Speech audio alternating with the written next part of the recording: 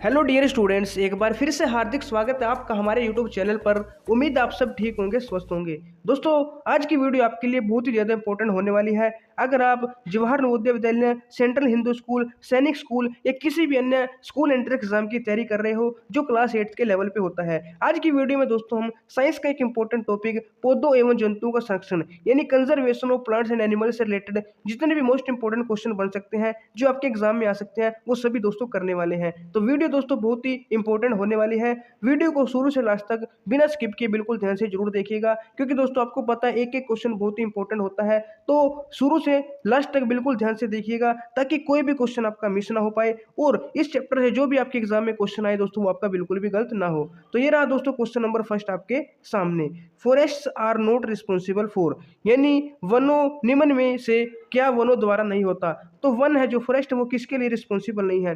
पहला, providing medicinal plants. दूसरा, maintaining the flow of water into stems. तीसरा, creating flood conditions. चौथा, absorbing rain water and maintaining water level, यानी दोस्तों जो जल है उसका अवशोषण करना और स्थलीय जल के स्तर को बनाए रखना। तो फॉरेस्ट किसके लिए रिस्पॉन्सिबल नहीं है? Providing medicinal plants. दोस्तों जंगलों से जो औषधियां हैं वो प्राप्त होती है, तो बिल्कुल सही बात है, ठीक है ना। Maintaining the flow of water into the stems, तो स्टेम्स में वाटर के फ्लो को मेंटेन करते हैं, तनों में पानी के प्रवाह को बनाए रखते हैं, ये भी दोस्तों बिल्कुल सही है। उसके बाद बाढ़ की परिस्थितियां उत्पन्न करना, क्रिएटिंग फ्लड कंडीशंस। दोस्तों पेड़ पौधे हैं जो वो बाढ़ की परिस्थितियां उत्पन्न नहीं करते, बल्कि अगर पेड़ों को काट देंगे तब बाढ़ की परिस्थितियां उत्पन्न होगी। इनके होते हुए दोस्तों बाढ़ की परिस्थितियां उत्पन्न नहीं होती। तो ये दोस्तों इसके लिए ये रिस्पॉन्सिबल नहीं है। किसके लिए? Creating flood conditions. तो ये वाला आपका यहाँ पे राइट आंसर हो जाएगा। और absorbing rain water and maintain water level, ये तो दोस्तों करते हैं कि जो मतलब रेन वाटर उसको एब्जॉर्ब करते हैं और जो वाटर लेवल है उसको बनाए रखते हैं, इसमें दोस्तों हेल्प करते हैं। लेकिन सी वाला दोस्तों आपका यहाँ पे इसके लिए रिस्पॉन्सिबल नहीं होता, आपका राइट आंसर हो जाएगा। उसके बाद दोस्तों क्वेश्चन नंबर सेकंड दोस्तों पहले पूछा जा चुका है, इंपॉर्टेंट क्वेश्चन है। निम्न में से कौन सा जंतु WWF का चिन्ह है? Which animal is the symbol of WWF? WWF का दोस्तों कौन सा एनिमल सिंबल है? टाइगर, हॉर्नबिल, जायंट पैंडा या फिर दोस्तों व्हाइट बियर? तो कौन सा एनिमल है दोस्तों WWF का चिन्ह है? तो आपको पता होना चाहिए दोस्तों, इसका राइट आंसर हो जाएगा जायंट पैंडा। जायंट पैंडा दोस्तों WWF का सिंबल है, तो ऑप्शन सी आपका सही उत्तर यहाँ पे हो जाएगा। उसके बाद दोस्तों question number 3, which one of the following is a role of forest? निम्न में से कौन वनों की सबसे महत्वपूर्ण भूमिका है? सबसे मेन रोल क्या है दोस्तों जंगलों का, फॉरेस्ट का यानी कि वनों का? Provide food, shelter and water and medicine, यानी खाद्य, आवास, जल, औषधि ये सभी प्रदान करते हैं। दूसरा, प्रिवेंट सोइल इरोजन, यानी कि मृदा अपरदन को रोकते हैं। तीसरा, बाढ़ को रोकते हैं। और चौथा दोस्तों सभी, तो सभी दोस्तों क्या है इसके रोल हैं, यानी कि सभी दोस्तों भूमिकाएं हैं, महत्वपूर्ण भूमिकाएं हैं वनों की। तो यानी ऑप्शन डी आपका यहाँ पे सही उत्तर हो जाएगा।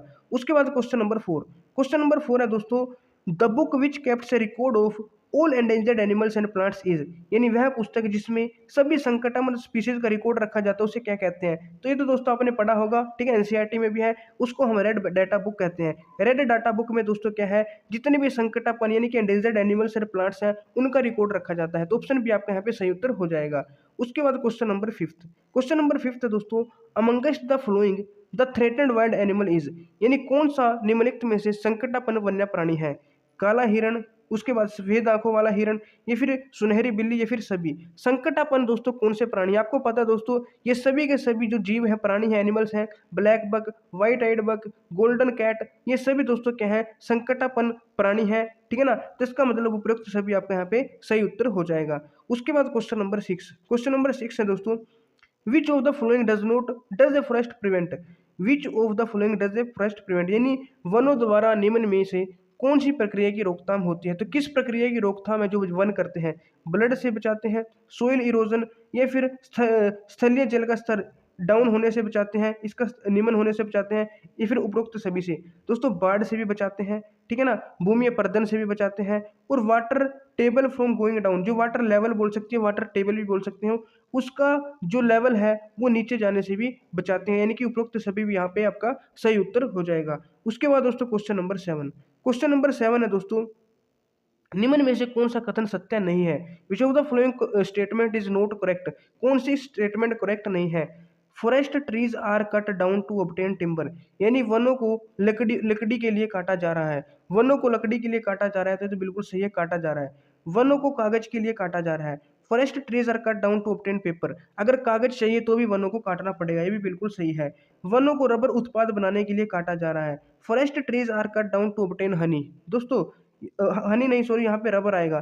दोस्तों रबर उत्पाद अगर आपको चाहिए तो उसके लिए पेड़ों को काटने की जरूरत नहीं है, बल्कि जो पेड़ लगे होते हैं उन्हीं से जो शहद है, ठीक है ना, यहाँ पे दोस्तों कुछ इसमें थोड़ा हाँ मिस्टेक है यहाँ पे, ठीक है ना, तो रबर होगा या फिर यहाँ पे दोस्तों क्या होगा, यहाँ पे वैसे रबर ही लगता है, ठीक है ना, या फिर यहाँ पे दोस्तों गम भी हो सकता है, ठीक है ना, तो गम हो सकता है, रबर हो सकता है। इसके लिए दोस्तों पेड़ों को काटा जा रहा है, वनों को ईंधन प्राप्ति के लिए काटा जा रहा है, ठीक है ना, ईंधन के लिए, फायरवुड के लिए, तो बताया आपको दोस्तों ईंधन के लिए काटा ही जाएगा, क्योंकि काट कर ही दोस्तों लकड़ी आएगी तभी ईंधन बनेगा। यानी पहली दूसरी और चौथी तो बिल्कुल यहाँ पे सही है, लेकिन जो तीसरी है दोस्तों यहाँ पे थोड़ा हाँ यहाँ पे मतलब टाइपिंग में भी मिस्टेक है। या तो यहाँ पे दोस्तों क्या होगा, रबर होगा, या फिर दोस्तों यहाँ पे गम होगा, गोंद होगा। तो गोंद भी दोस्तों देखो काटने से नहीं मिलता, ठीक है ना, तो ऑप्शन सी वाला यहाँ पे आपका राइट आंसर हो जाएगा, क्योंकि मतलब करेक्ट स्टेटमेंट तो दोस्तों पहली दूसरी चौथी तो बिल्कुल करेक्ट है, इनकरेक्ट स्टेटमेंट आपको बतानी है तो वो तीसरी ही होगी यहाँ पे देख, ठीक है ना, तो ये आपको ध्यान में रखना है। उसके बाद क्वेश्चन नंबर 8, क्वेश्चन नंबर 8 है दोस्तों, trees help in reducing the pollution of our environment. Lakhs of trees are planted by people in month of July every year. This occasion is called as, यानी one और पेड़ हमारे वातावरण का प्रदूषण कम करते हैं, आपको पता है हर साल दोस्तों जुलाई माह में लाखों की संख्या में पेड़ों का रोपण किया जाता है, तो इस अवसर को क्या कहते हैं, ये भी दोस्तों बहुत इंपॉर्टेंट क्वेश्चन है। इसका दोस्तों ऑप्शन सुन लीजिएगा ना, पहला दोस्तों फॉरेस्ट कंजर्वेशन डे है, प्लांटेशन मंथ है, वृक्षारोपण माह, वन महोत्सव या फिर वन्य जीव सप्ताह। तो इनमें से दोस्तों आपको बताना है कि जो जुलाई वाला मंथ होता है, जुलाई अगस्त वाला, हर साल दोस्तों बहुत सारे लाखों करोड़ों पेड़ लगाए जाते हैं, तो उस अवसर को क्या कहा जाता है, उसको दोस्तों वन महोत्सव कहा जाता है। तो बहुत ही इंपॉर्टेंट क्वेश्चन है, ये भी आपको याद रखना है, ऑप्शन से आपका सही हो जाएगा। उसके बाद क्वेश्चन नंबर 9, क्वेश्चन नंबर 9 है दोस्तों, विच of the following is not done in wild life sanctuary. Wild life sanctuary में निम्न में से क्या नहीं होता, क्या नहीं होता, जंतुओं का संरक्षण, पादपों का संरक्षण, ठीक है, पादप एवं मृदा का उपयोग, शिकार का अवरोध, शिकार का अवरोध। दोस्तों जंतुओं का संरक्षण भी होता है वाइल्ड लाइफ सेंचुरी में, पादपों का संरक्षण भी होता है, और शिकार का अवरोध भी, यानी शिकार करने पे भी वहाँ पे प्रतिबंध है, लेकिन पादप एवं मृदा का उपयोग ये वाला नहीं होता, बाकी सब होते हैं लेकिन सी वाला नहीं होता। ऑप्शन सी दोस्तों आपका सही उत्तर हो जाएगा। उसके बाद क्वेश्चन नंबर 10, क्वेश्चन नंबर 10 दोस्तों थोड़ा दिमागी क्वेश्चन है, which of the following product is not obtained from a forest. कौन सा उत्पाद दोस्तों वन से प्राप्त नहीं होता। शहद दोस्तों वन से मिलता है, बिल्कुल मिलता है, ठीक है ना, काजू, गोंद, अदरक, इनमें से कौन सा उत्पाद है जो मतलब वन से नहीं मिलता, वो आपको बताना है। तो यहाँ पे हनी भी मिलता है, ठीक है ना, यहाँ पे दोस्तों गोंद भी मिलता है, ये भी आपको पता है, और यहाँ पे काजू भी मिलता है दोस्तों, लेकिन अदरक नहीं मिलता, ठीक है ना, शहद, काजू, गोंद ये तीनों मिलते हैं दोस्तों वन से, लेकिन अदरक नहीं मिलता। ऑप्शन डी आपका दोस्तों यहाँ पे सही उत्तर हो जाएगा। उसके बाद देखते हैं दोस्तों क्वेश्चन नंबर 11, निम्न में से कौन जंतु उत्पाद है, which of the flowing products is animal product. Animal product कौन सा है, गोंद है, काजू है, शहद है या फिर रबड़। दोस्तों गोंद, काजू, रबड़ ये दोस्तों क्या है, पादप से मिलने वाले हैं, प्लांट प्रोडक्ट है। शहद दोस्तों क्या है, एनिमल प्रोडक्ट है, क्योंकि आपको पता है मधुमक्खी है जो एक एनिमल है, जंतु है, उससे दोस्तों ये मिलता है। उसके बाद क्वेश्चन नंबर 12, क्वेश्चन नंबर 12 है दोस्तों, endemic plants are those which are.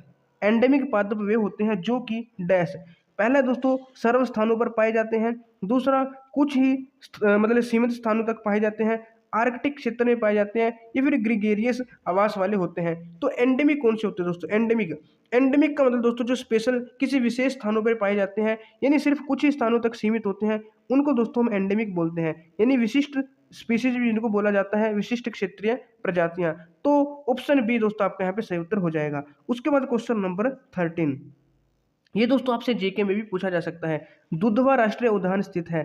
Dudhwa national park कहाँ पे है, गुजरात में, उड़ीसा में या फिर उत्तर प्रदेश या फिर हिमाचल प्रदेश में। दुधवा दोस्तों कहाँ पे है, उत्तर प्रदेश में है, तो ये आपको याद रखना है। दुधवा राष्ट्रीय उद्यान कहाँ पे है, यूपी में। ऑप्शन से आपका सही उत्तर हो जाएगा। उसके बाद क्वेश्चन नंबर 14, क्वेश्चन नंबर 14 है, animals whose numbers are diminishing to a level that they might face extinction are known as।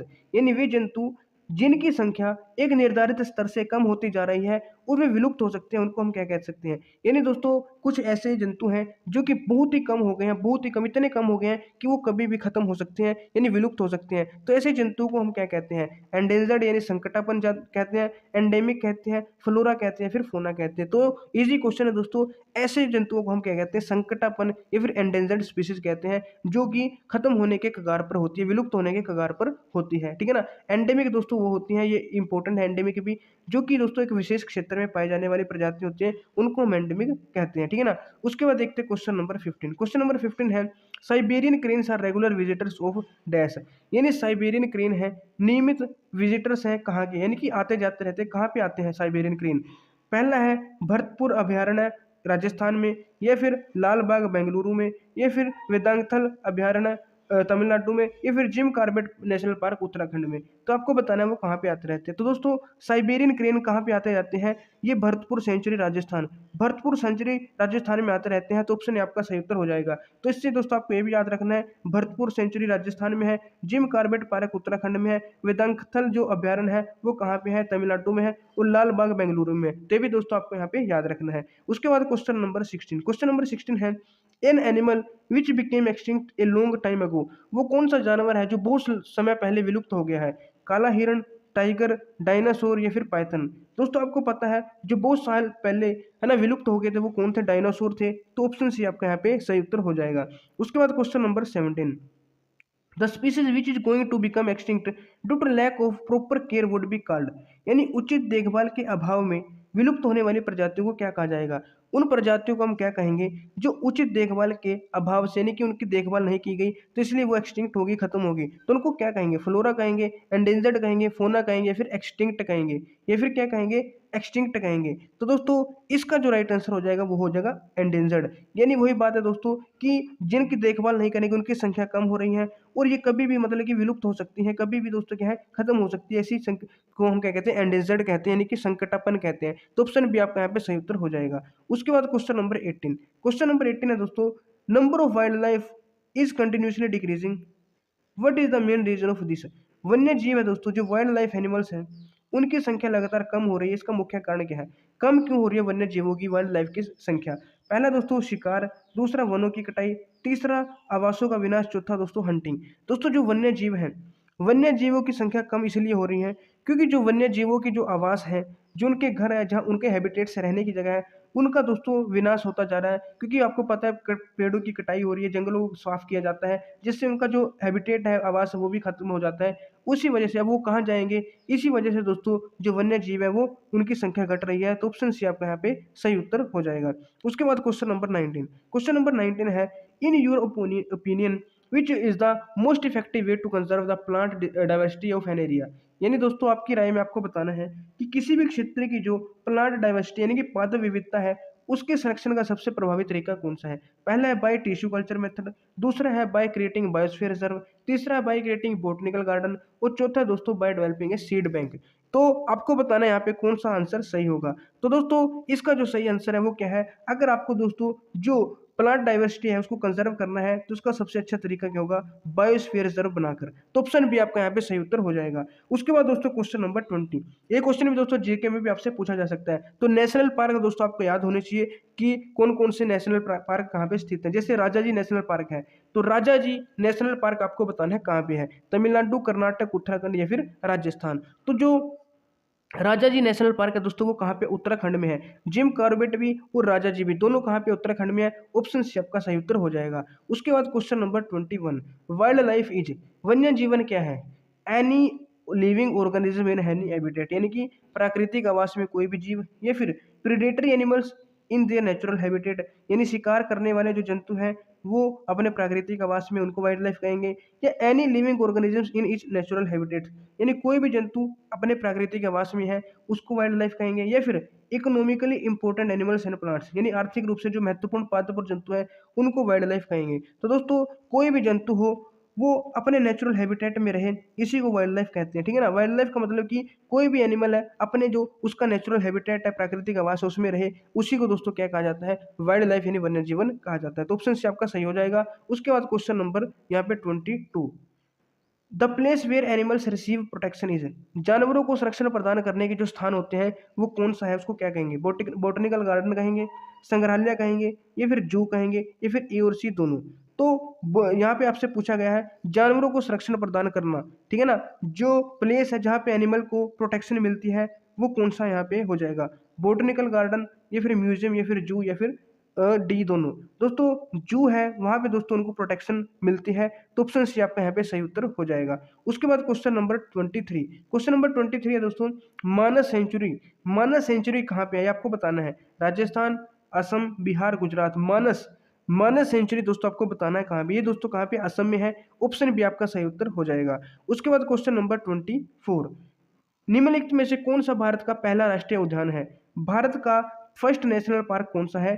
Kanha national park, Periyar national park, Corbett national park, Bandipur national park. तो भारत का पहला राष्ट्रीय उद्यान आपको बताना है इनमें से कौन सा है। दोस्तों कॉर्बेट नेशनल पार्क उत्तराखंड में है जो, वो हमारा क्या है? भारत का पहला राष्ट्रीय उद्यान है, तो ऑप्शन सी आपका सही उत्तर हो जाएगा। उसके बाद question number 25, which amongst the following birds are migratory birds, कौन सा पक्षी दोस्तों उत्प्रवासी पक्षी है? तो अभी आपको बताया था कौन सा है, साइबेरियन क्रेन दोस्तों प्रवासी, जो कि कहाँ पे आता है? भरतपुर राजस्थान में आता है। तो ये दोस्तों क्या है? उत्प्रवासी यानी कि माइग्रेटरी बर्ड है, ऑप्शन आपका सही उत्तर हो जाएगा।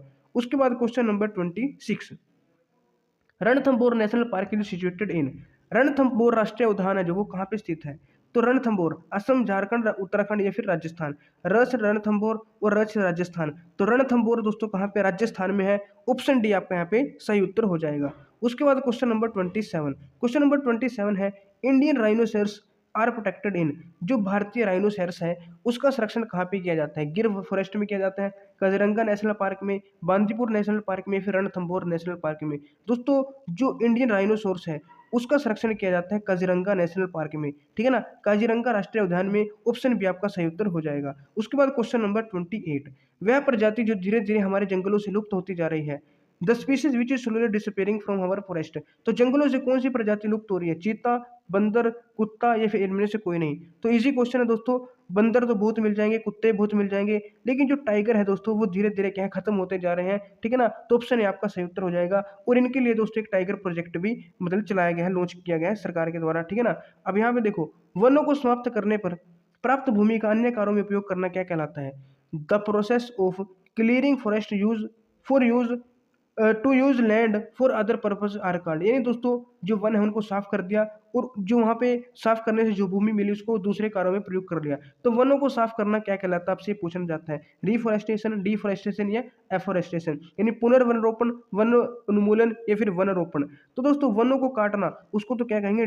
डिफॉरेस्टेशन कहेंगे, यानी कि वन उन्मूलन कहेंगे, ठीक है। एफॉरेस्टेशन का मतलब होता है दोस्तों वनों मतलब कि पेड़ों को लगाना, और पुनर्वनरोपण का मतलब पहले जंगल था वहां पे उसकी कटाई वगैरह कुछ भी हुआ दोबारा से वहां पे जंगल उगना, उसको क्या कहते हैं? रिफॉरेस्टेशन, यानी कि पुनर्वनरोपण, ठीक है ना। और पेड़ों को कटाई को वनोन्मूलन कहेंगे, तो ऑप्शन भी आपका यहाँ पे सही उत्तर हो जाएगा। उसके बाद क्वेश्चन नंबर 30, उस प्रक्रिया का नाम बताएं जिसके द्वारा उपजाऊ भूमि मरुस्थल में परिवर्तित हो जाती है। ये भी दोस्तों इंपॉर्टेंट है। Name the process by which fertile land converted into desert, जो उपजाऊ भूमि है वो बंजर बन जाती है यानी डेजर्ट बन जाती है, तो इस प्रक्रिया का नाम क्या है दोस्तों? Draught, desertification, both of these या नन ऑफ दीज। इस प्रोसेस को दोस्तों मरुस्थलीकरण कहते हैं। जब दोस्तों उपजाऊ भूमि मरुस्थल बन जाती है, रेगिस्तानी डेजर्ट बन जाती है, तो उसको दोस्तों प्रक्रिया को प्रोसेस को मरुस्थलीकरण यानी डेजर्टिफिकेशन कहा जाता है। उसके बाद question number 31, species of plant and animals which are found exclusively in particular area, पौधों और जानवरों की प्रजातियां जो विशेष रूप से एक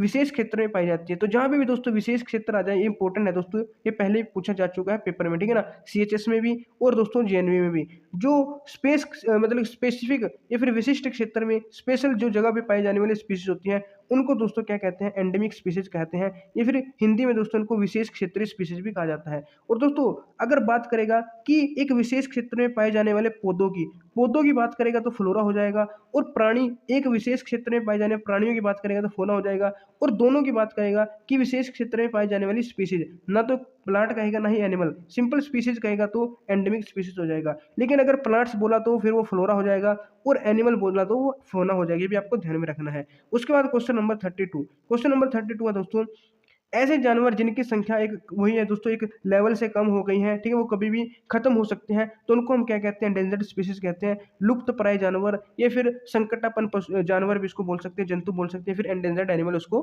कहते हैं। तो ऑप्शन सी आपका सही उत्तर हो जाएगा। उसके बाद क्वेश्चन नंबर 33, साल एंड वाइल्ड मैंगो, जंगली आम और साल, ये कहाँ किस चीज के उदाहरण है, फ्लोरा के, फोना के, या फिर एंडेंजर्ड एनिमल्स के।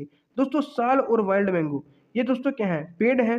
तो देखो, और पेड़ भी दोस्तों एक स्पेशल जगह के हैं, ठीक है ना, तो ये किसके हो जाएंगे यहाँ पे एग्जाम्पल, फ्लोरा के एग्जाम्पल हो जाएंगे, किसके दोस्तों, फ्लोरा के, ठीक है ना। तो आपको याद रखना है साल और जंगली आम क्या है, फ्लोरा के एग्जाम्पल हो जाएंगे। उसके बाद दोस्तों क्वेश्चन नंबर 34, क्वेश्चन नंबर 34 है, चीतल और जंगली कुत्ता डैश के उदाहरण है, chital and wild dog are example हो। तो आपको बताना है दोस्तों, जो चीतल है और वाइल्ड डॉग है वो किसके एग्जाम्पल है, फ्लोरा, फोना, एंडेंजर्ड एनिमल, या फिर एंडेमिक स्पीसीज, यानी फ्लोरा के एग्जाम्पल है, ये फिर फोना के हैं, ठीक है ना, ये फिर दोस्तों आपको बताना है संकटापन्न जंतु यानी कि एंडेंजर्ड एनिमल्स के हैं, ये फिर एंडेमिक स्पीसीज के हैं। तो दोस्तों ये भी आपको पता होना चाहिए। सबसे पहली बात यहाँ पे देखो, चीतल और जंगली कुत्ता तो एनिमल है, तो फ्लोरा तो बिल्कुल भी नहीं हो सकती। और दोस्तों ये क्या है, एक स्पेशल मतलब एक जगह के पचमढ़ी जो जैव मंडल आरक्षित क्षेत्र है वहाँ के हैं, ठीक है ना, तो एक स्पेशल जगह के, इसलिए इनको क्या बोलेंगे, फोना बोलेंगे, प्राणी जात बोलेंगे। इसी प्रकार दोस्तों जो पीछे हमने पढ़ा साल और मैंगो, वो भी दोस्तों क्या है, पचमढ़ी जैव के क्या है, वहाँ के मतलब कि फोना है,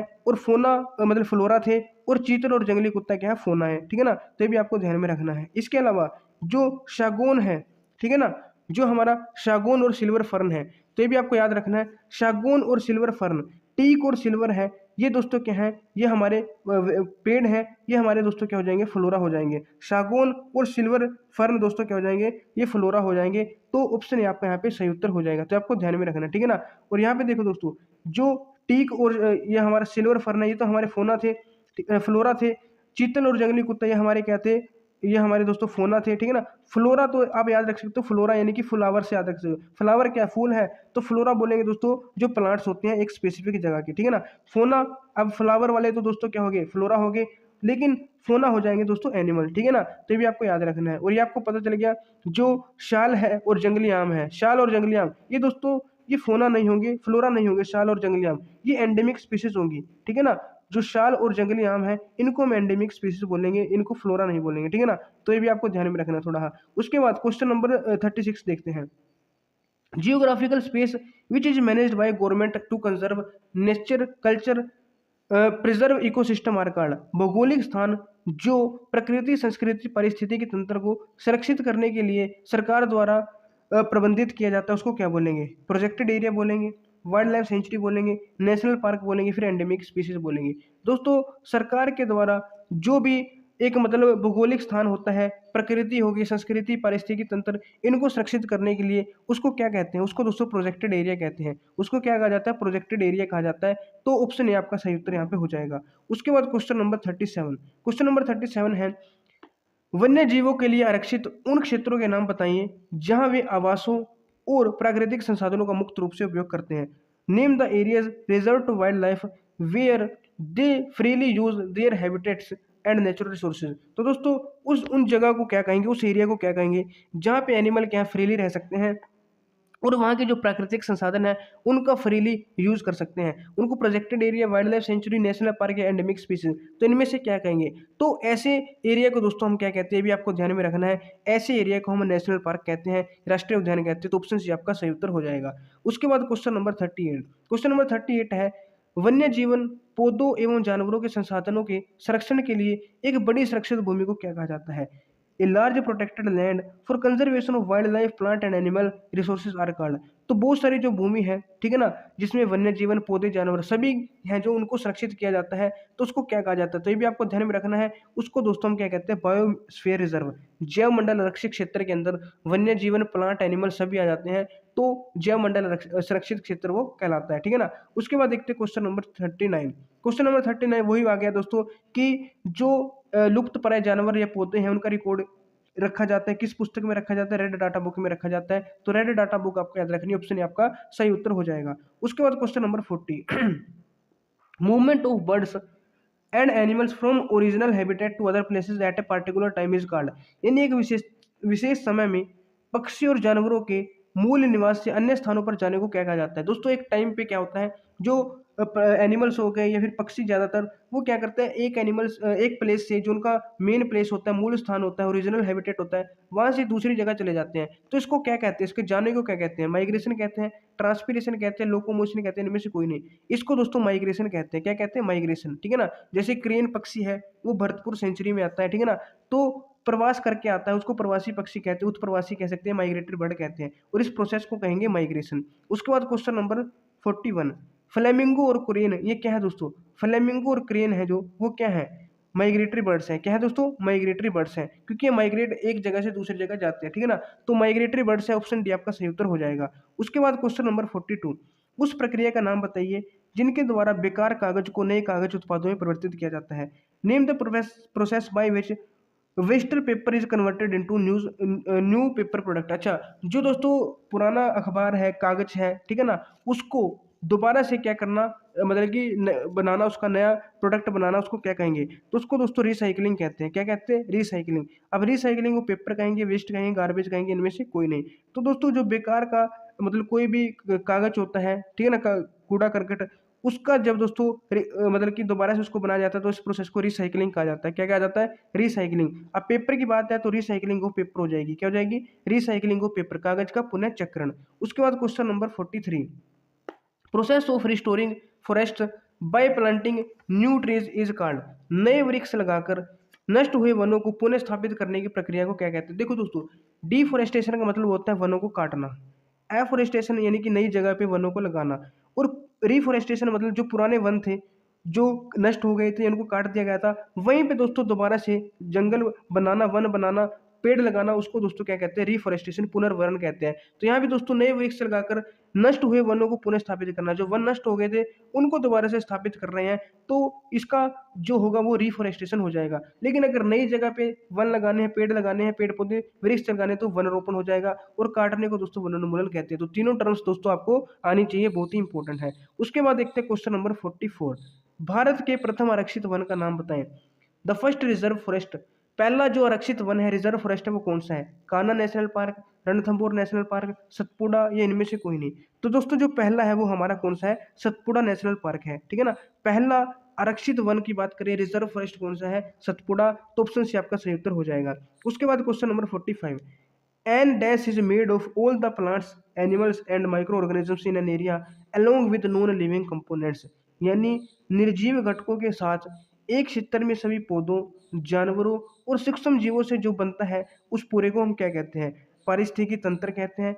पारिस्थितिकी, इको फ्रेंडली, इनमें से कुछ नहीं। तो दोस्तों इसको कहा जाता है पारिस्थितिकी तंत्र। पारिस्थितिकी तंत्र यानी इकोसिस्टम। जितने भी दोस्तों living, non living, plant, animals, micro, सब है, उनको मिला के क्या बनता है? इकोसिस्टम बनता है। तो उसको पारिस्थितिकी तंत्र या फिर इकोसिस्टम कहते हैं। ऑप्शन आपका राइट आंसर हो जाएगा। उसके बाद क्वेश्चन नंबर 46, रणथंभौर, अभी बताया था, र से रणथंभौर, र से राजस्थान, तो रणथंभौर कहाँ पे है दोस्तों? राजस्थान में। उसके बाद question number 47, Kanha national park, Kanha राष्ट्रीय उद्यान कहाँ पे है? एमपी में, गुजरात, राजस्थान या असम? कान्हा राष्ट्रीय उद्यान, कान्हा जो नेशनल पार्क है दोस्तों, वो कहाँ पे है? मध्य प्रदेश, एमपी में है।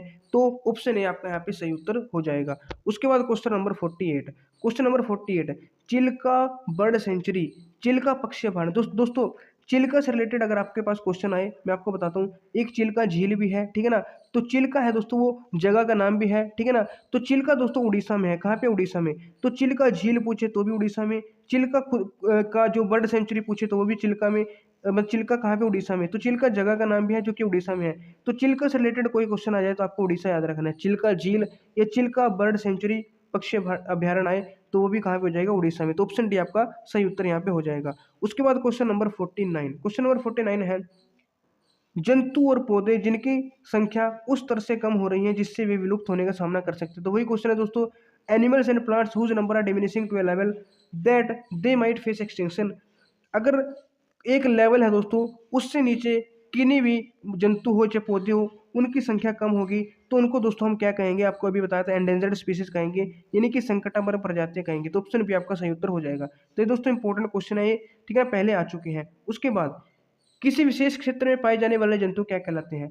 Animals found in particular area. तो अभी बताया था, एक पार्टिकुलर एरिया में जो जंतु होते हैं उनको दोस्तों हम क्या कहते हैं? एंडेमिक स्पीसीज कहते हैं। यहाँ पे दोस्तों फ्लोरा, फोना और किंगडम। यहाँ पे एंडेमिक स्पीसीज आएगा, कला स्पीसीज लिखा है, यानी कि एंडेमिक स्पीसीज का मतलब दोस्तों विशेष क्षेत्रीय प्रजातियां उनको बोलते हैं। तो ऑप्शन सी आपका सही उत्तर हो जाएगा। उसके बाद question number 51, species is found exclusively in specific habitat, यानी स्पीसीज एकमात्र रूप से विशिष्टीकृत परिवार में पाई जाती है। वही दोस्तों एक स्पेशल हैबिटेट में पाई जाती है, उसको हम क्या कहते हैं, एंडेमिक स्पीसीज कहते हैं, यानी कि स्थानिक भी उनको बोल सकते हैं, स्थानिक भी उनको बोल सकते हैं। स्थानिक प्रजातियां, ये विशेष क्षेत्रीय प्रजातियां, ये फिर इनको एंडेमिक स्पीसीज बोल सकते हैं। उसके बाद क्वेश्चन नंबर 52, बड़े भूखंडों को खेती करने के लिए साफ करने का पर्यावरण पर क्या प्रभाव पड़ता है?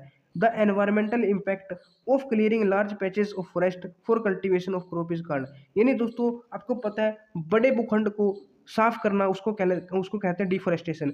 तो इनडायरेक्टली आपसे ये पूछा है कि डिफोरेस्टेशन का क्या प्रभाव पड़ता है? सोइल पोल्यूशन होता है, सोइल फर्टिलिटी, सोइल इरोजन या फिर सोइल कन्वर्जन। दोस्तों अगर हम पेड़ों को काटेंगे, ठीक है ना, उसको कहते हैं डिफोरेस्टेशन।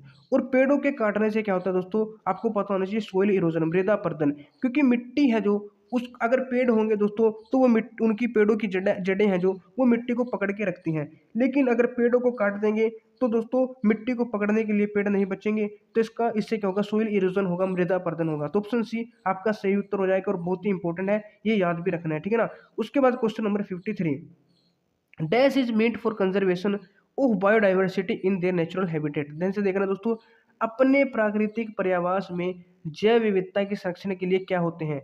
वन्य जीव अभयारण्य, प्राणी उद्यान, बोटनिकल गार्डन या फिर डैम्स। तो जब भी दोस्तों अपने प्राकृतिक पर्यावास में जो उनका प्राकृतिक प्रवास होता है, चाहे वो एनिमल हो, ठीक है ना, चाहे वो प्लांट हो, तो उनमें उनके मतलब जो नेचुरल हैबिटेट है उसी में अगर उनका संरक्षण किया जाए तो उसके लिए क्या बनाया जाता है, ये आपको पता होना चाहिए दोस्तों, वो होता है वाइल्ड लाइफ सेंचुरी, वन्य जीव अभयारण्य, ठीक है ना।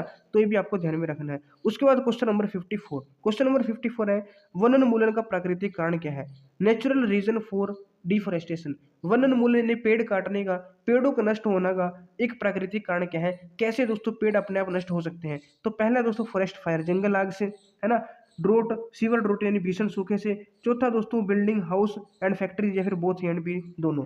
देखो दोस्तों घर कारखाने तो मनुष्य बनाते हैं, तो प्राकृतिक कारण नहीं हुआ। लेकिन अगर दोस्तों सूखा पड़ गया या फिर दोस्तों जंगल में आग लग गई, उसके कारण दोस्तों फॉरेस्टों का यानी जंगलों का नुकसान हो सकता है, ठीक है ना, वनोन्मूलन हो सकता है। तो ए और बी दोनों यानी कि ऑप्शन डी वाला आपका यहाँ पे सही उत्तर हो जाएगा, ठीक है ना। उसके बाद देखते हैं क्वेश्चन नंबर 55, डैश भूमि जल स्तर के निम्नीकरण का कारण है? The reason for lowering the ground water level. जो ग्राउंड वाटर लेवल है वो लोअर हो रहा है, उसका एक कारण क्या है? वृक्षारोपण है, वनोन्मूलन है, दावा नल है, या फिर घर कारखानों का निर्माण। तो दोस्तों डिफोरेस्टेशन के कारण ये सभी चीजें होती हैं। तो वनोन्मूलन, डिफोरेस्टेशन, ऑप्शन भी आपका सही उत्तर हो जाएगा। उसके बाद देखते हैं question number 56, the gas responsible for global warming. विश्व उष्णन के लिए उत्तरदायी गैस, विश्व उष्णन के लिए, ग्लोबल वार्मिंग के लिए कौन सी गैस उत्तरदायी है? ऑक्सीजन, कार्बन डाइऑक्साइड, नाइट्रोजन या फिर हाइड्रोजन। तो दोस्तों बहुत ही इंपॉर्टेंट क्वेश्चन है ये भी, ग्लोबल वार्मिंग के लिए कौन सी गैस उत्तरदायी है? कार्बन डाइऑक्साइड, CO2 आपका सही उत्तर हो जाएगा। उसके बाद देखते हैं question number 57, it is helpful in preventing soil erosion. मृदा पर्दन को रोकने में क्या सहायक है? मृदा पर्दन को रोकने में क्या सहायक है? वाइल्ड एनिमल, पेड़, ये फिर कल खार फैक्ट्रीज, ये फिर दोस्तों डिफोरेस्टेशन। डिफोरेस्टेशन से तो दोस्तों मृदा पर्दन होता है, तो इसका कारण है। लेकिन मृदा पर्दन को कौन रोकते हैं? पेड़ रोकते हैं। अभी आपको बताया था पेड़ की जड़ें हैं जो मिट्टी को पकड़ के रखती हैं और मृदा पर्दन को रोकती हैं दोस्तों, तो पेड़ रोकते हैं, ऑप्शन भी आपका सही उत्तर हो जाएगा। तो ऐसे दोस्तों बहुत ही सिंपल क्वेश्चन पूछा जा सकता है जिसमें दोस्तों आपको कंफ्यूज भी कर सकते हैं, ठीक है ना। तो पेड़ दोस्तों आपका यहाँ पे सही उत्तर हो जाएगा। उसके बाद question number 58, protected and safe area for wild life. वन्य जीवन के लिए संरक्षित व सुरक्षित क्षेत्र क्या कहलाता है? National park, biosphere reserve, wild animal या फिर वाइल्ड लाइफ सेंचुरी, या फिर इनमें या फिर सभी।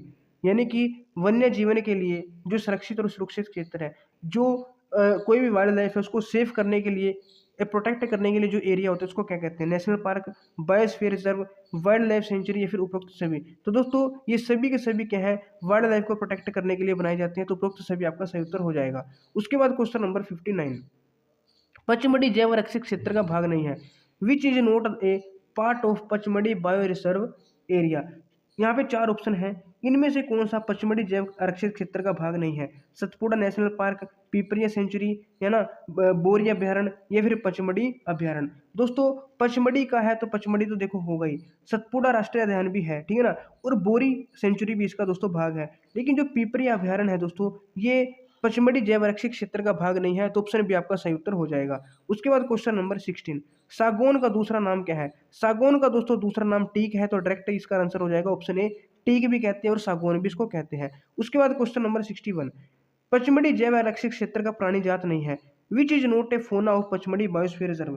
तो यहाँ पे दोस्तों नीलगाय है, चिंकारा है, भालू है, चीतल है, इनमें से कौन सा पचमढ़ी जैव क्षेत्र का फोना नहीं है, यानी कि प्राणी जात नहीं है? नीलगाय भी है दोस्तों, चिंकारा भी है, चीतल भी है, लेकिन जो भालू है दोस्तों वो पचमढ़ी जैव आरक्षित क्षेत्र का मतलब कि फोना नहीं है, यानी कि वहाँ का एक विशेष प्राणी नहीं है, तो ऑप्शन सी आपका यहाँ पे सही उत्तर हो जाएगा। उसके बाद क्वेश्चन नंबर 62, यही दोस्तों आपसे फ्लोरा में भी पूछा जा सकता है कि पचमढ़ी जैव आरक्षित क्षेत्र का वनस्पति जात है। अच्छा यहाँ पे है पूछ लिया, ठीक है ना, विच of the following is flora of Pachmarhi जैव, यहाँ पे नोट नहीं आएगा, है। तो पचमढ़ी बायोस्फीयर रिजर्व का फ्लोरा कौन कौन से वनस्पति जात कौन सी है? साल, टीक, सिल्वर फन, तीनों है।